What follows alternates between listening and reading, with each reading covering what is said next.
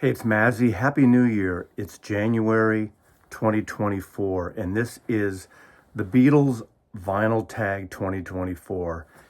Created by Rachel's Ghost, link below to her channel. She has a daily 3-hour shitfest live stream talking about music and politics and art and cinema and everything else. And it's kind of fun to jump on, but sometimes it frustrates people. I'll leave it at that.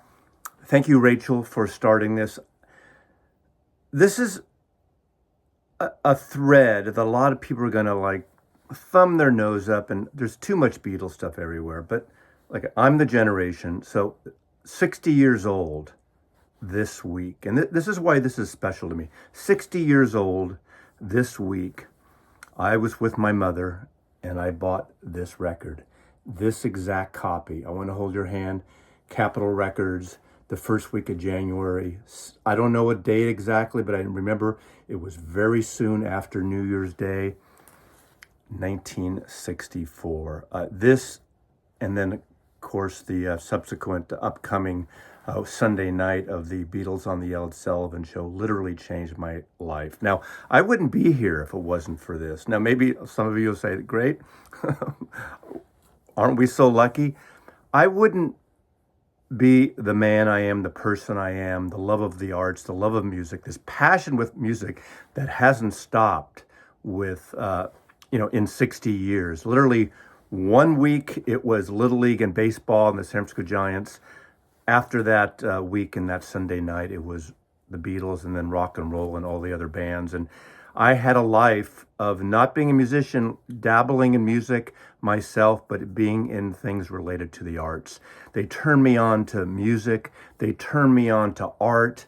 They turned me on to experimental things with like Revolution Number 9 and then Yoko Ono with the Fluxus movement. They turned me on to Indian music with George Harrison and the sitar playing and Ravi Shankar, to classical Indian music. They turned me on to country music, Buck Owens, them covering Buck Owens and doing some country songs like, their version of country, like I Don't Want to Spoil the Party.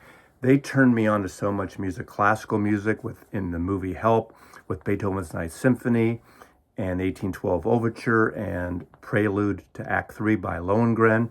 I learned so much about the art world because of the Beatles, and it really set a tone for the rest of my life. But here are the 11 questions, only 11, and I like doing introductions. I like doing a little background. I'm in my record library here, so I'm starting out with this, not a question, but this may turn up later in one of the questions. And I am going to do some inserts occasionally when it applies, so just as you see it, it might be a fun way to illustrate this. Since we're on YouTube, a visual medium, so showing images and showing art, I think should be a good part of it. So the first prompt is, what Beatles album do you own the most copies of in any format or combination? Now, I have literally 15 to 20 records plus of almost all the Beatle records, whether it's CDs, LPs, British editions, Japanese editions, other foreign editions, different color variants when there were colors. I'm not an all color thing, and that's mostly recent, although even through the 70s and the 80s, there were certain color variants, cover variants, mono, stereo. But I'd say when push comes to shove, and you saw pictures there of just a slight portion of, I think there's 12 images of Rubber Soul and Revolver, and I think I have twice that on those, including box sets and MoFi. I would say it's Sgt. Pepper, Lonely Hearts Club Band. And the day it came out, I was at the record store, and literally the guy at the store was opening boxes, and he opened 2 boxes. First, the stereo. This is my original copy of the U.S. Sgt. Pepper's Lonely Hearts Club Band. I chose the stereo, and for decades, this was my go-to, or at least this was my go-to sound-wise. I'm a stereophile. I'm a stereo guy. I like Sgt. Pepper. All of the Beatles intended and said mono's the one. If you haven't heard Pepper in mono, you haven't heard Pepper. I kind of really have a soft spot for the stereo. And of course, I had it so many years. But with all the copies I have, here is my original mono copy. It's the one. Yes, it's the one. I don't remember the matrix numbers, but this is the UK mono copy. And when you hear that, if you haven't heard a first UK copy, you really haven't heard it. It's really amazing. Of course, I have, I think, 2 copies of Sgt. Pepper Japanese. I'm not a fan of the sound of these, but they're cool with the obi and the pressing. I think the Japanese, the sound of those, because of the tapes they got, are subpar. This is a UK color vinyl version. I believe this is from the late 70s, early 80s. Oh, this is a Dutch, actually, made in Holland.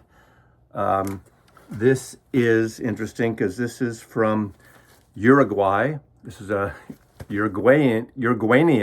That's not how you say it, I know, but that's just a sampling. Of course, I have various countries. I have German copy. I have various countries. You get the idea. That illustrates enough. Question number 2 is show a Beatle bootleg. I have a handful. I have probably 75 Beatle bootlegs on vinyl. I just want to show you some I just enjoy for various reasons.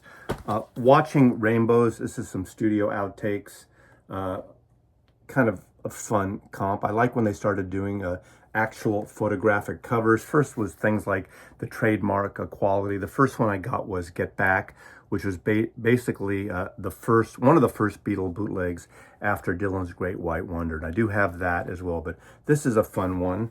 What a shame Mary Jane had a pain at the party. Didn't turn up officially till the anthology series. Kind of a psychedelic, crazy, weird-ass record. But this is obviously a bootleg. Nudity aside for the bootleg.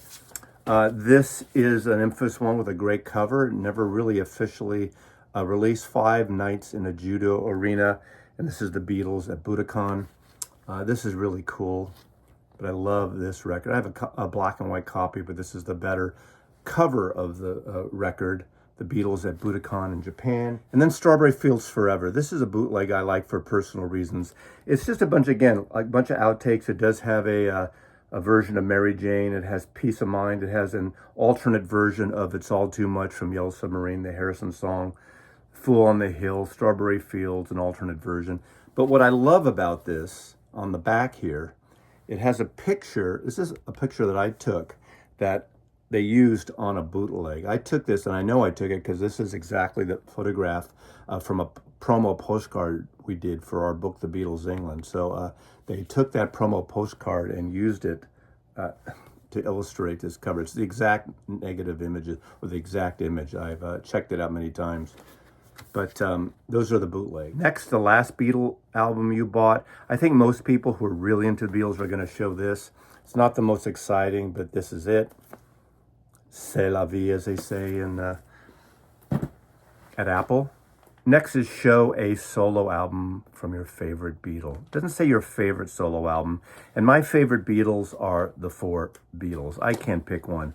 But these are some of the albums I quite like. And this is Electric Arguments, Fireman. This is the third of Paul's Fireman project. Is put out under the name Fireman. The first 2 were Ambient albums, co-produced with Youth from Killing Joke. He worked with Paul on this. And this is the one that's actually the only song-based of the Fireman albums. And for a long time, I've been saying this might be the best Paul McCartney album in the last quarter century. It's fantastic. The vinyl version like this is rare. All these wonderful paintings from Paul. Paul actually painted this. He's quite the artist in so many ways. Quite the auteur. This one is numbered. But this is a fantastic record. Great, great songs. Fireman, Paul McCartney. My favorite John Lennon album, Plastic Ono Band. This is such an intense album, yet beautiful album. It's a cry out. But it's really a turning point for John Lennon, going through the primal therapy with Yoko, but John especially. What a fantastic album. Somewhat political, very personal. Just a wonderful, wonderful record. This is my original UK version of John Lennon Plastic Ono Band. George Harrison. You know, I'll say it many times, this is amongst my favorite George Harrison records, a soundtrack to Wonderwall. Again, a great album that really mixes Indian music and honky-tonk country and electric guitars by Eric Clapton and other people. This is a fun soundtrack. And one of my favorites, this is always high on my George Harrison list. I just love this on Apple Records. God, I love this record. And this again is made in England. The Wonderwall soundtrack. The movie's interesting, not something anybody should rush out and see, but interesting just the same. And then I'm going to have to include a Ringo Starr. So I love this record, Buku's of Blues, his second solo record. Of course, he did the big band record to begin with, sort of the standards, Bye Bye Blackbird, and all those various producers like George Martin, Quincy Jones on that one. But this one was recorded in Nashville with some of the best Nashville studio musicians of the time, produced by Pete Drake, a fantastic country record. I know he's working on something with T-Bone Burnett that's supposedly country-ish. I think he should stop doing these Liverpool back when I was a kid, back when the Beatles, mold, yada, yada, peace and love. He should do a pure country record like this, organic country, great musicians like this. That's I think, his strength, and I love this record. Ringo Starr, Buku's of Blues. This is the second solo album, predated the Ringo album, produced by Richard Perry. The next prompt is show a non-US or non-UK Beatle album. So I'm showing this Chinese Beatle album. This is, I know it's Hong Kong, probably. My guess would be Hong Kong. Rubber Soul.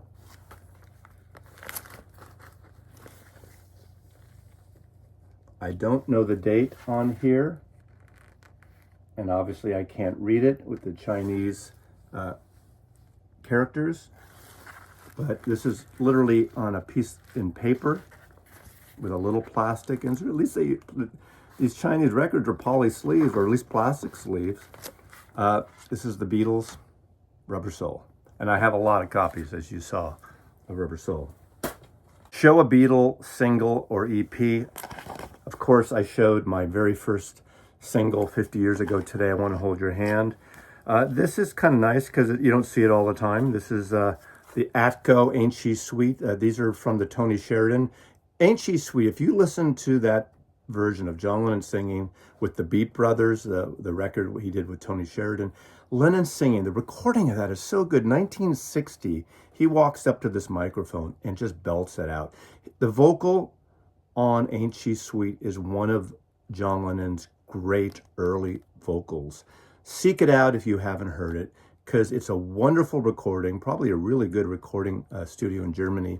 I think I used to know this, but I don't remember where it was recorded. But Ain't She Sweet, this is on Atco Records. There are a lot of weird label things that came out in the early days before Capitol really solidified signing the Beatles. Obviously Swan Records and VJ Records, and so that's one thing. Now EPs, I just pulled 4 of these. These are the original flexi discs of the Beatles' Christmas singles. These aren't all of them. They did them from 63 through 69. So there's, 3 missing? Something like that. But these were really fun. These were sent out to the fan club members. And of course, there was a 45 box that came out some years ago. I think it's up to that little red one, I think, on actual, not a flexi, but that came out as a Christmas singles box of these little stories, Goon Show type vignettes. Again, this is how they look. There's those flexi discs. They're at the end of these in 1970, I guess. They were 69, 70. They put out for Christmas a album of these with the blue cover, all the little squares. Now there are a lot of bootleg versions of that. I have an original and I have a bootleg of those two of that album. But it's fun. But anyway, these are several of the Beatles flexi discs. Next, show an album that features a Beatles cover song. This entire album are Beatles cover songs. And this artist, this producer, made several albums covering Beatles songs. George Martin, their producer. Now, this copy is actually sealed. I do have another copy. This one's called The Beatle Girls. Obviously a thematic issue, including Michelle, Anna, Here, There, and Everywhere, Girl. Yellow Submarine, what does that have to do with girls? Good Day, Sunshine, I'm Only Sleeping. She said, Woman, Eleanor Rigby. Now, Woman, obviously, is the Bernard Webb pen song. Paul McCartney wrote it. Was it Chad and Jeremy? Peter and Gordon, one of those two. They're all the same. You don't know the difference. One has glasses, one's tall, one's short. That's all you need to know. George Martin, instrumental, salutes the Beatles girls. There's a series of these. These are fun records. Remember, he did those wonderful score on American Hard Day's Night. The instrumentals on that are fabulous.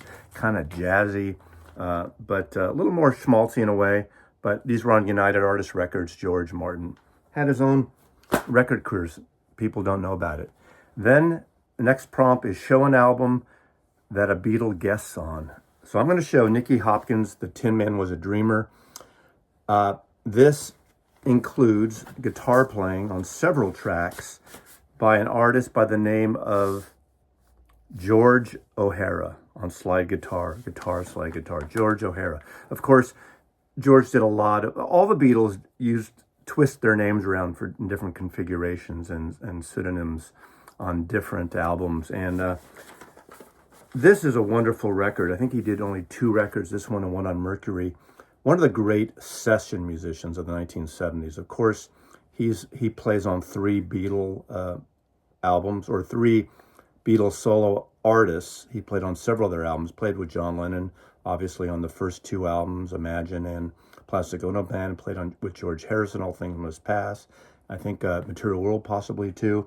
He played with Ringo. I mean, he's everywhere. He played with the Stones. He played with the Jefferson Airplane. Played with Quicksilver Messenger Serves. Played with the Steve Miller Band. He was really entrenched in the San Francisco scene in the late 60s as well.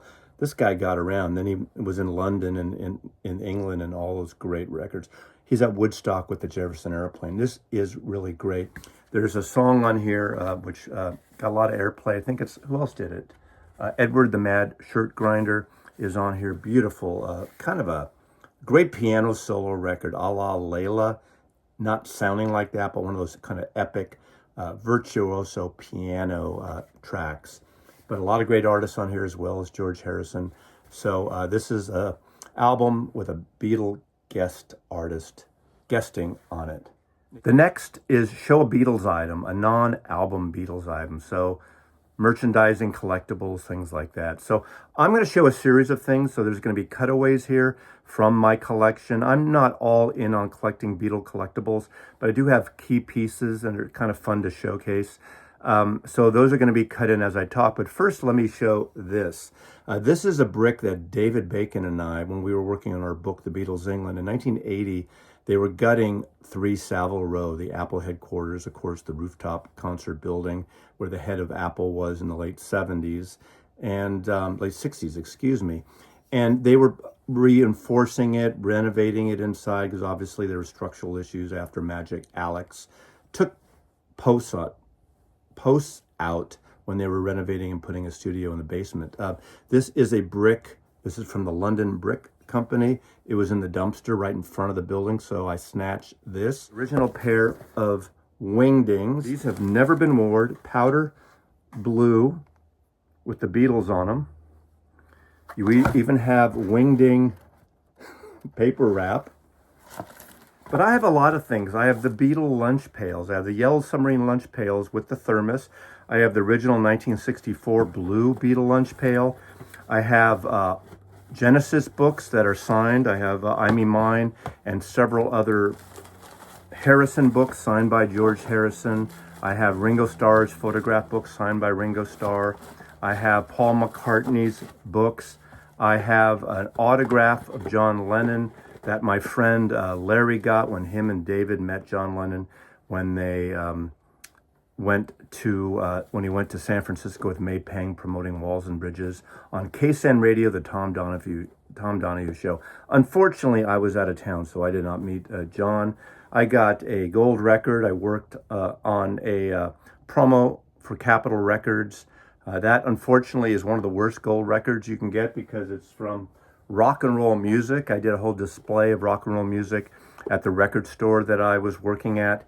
And from Capitol, I got one of those. They give them out to people that help support a record once it hits gold or platinum or something. Question number 10 is show your favorite Giles Martin remix.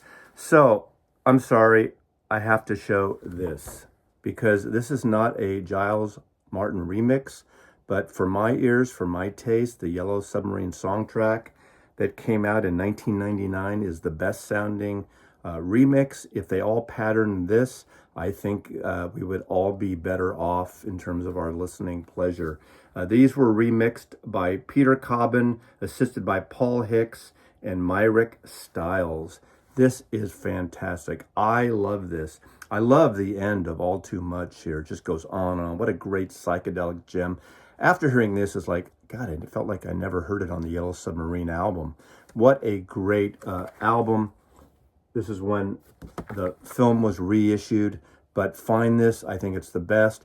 As much as I like some of the Giles Martin remixes, there's a lot I don't like.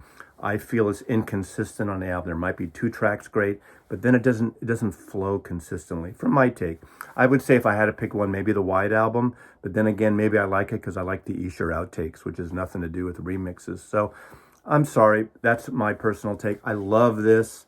Those remixes, I'm kind of like ho-hum about.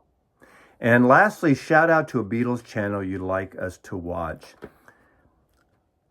I'm not a Beatles channel. Obviously, I have a big collection. No way I could be a Beatles channel because they turned me on to so much music and I couldn't limit myself. But they lit the fire in my life to expand things. And there's so many out there. You know, take a look. I don't want to call out any one name. I know that's probably a cheap-ass cop-out. But go on YouTube and search for interviews with the Beatles, play their music, watch their films, watch the documentaries.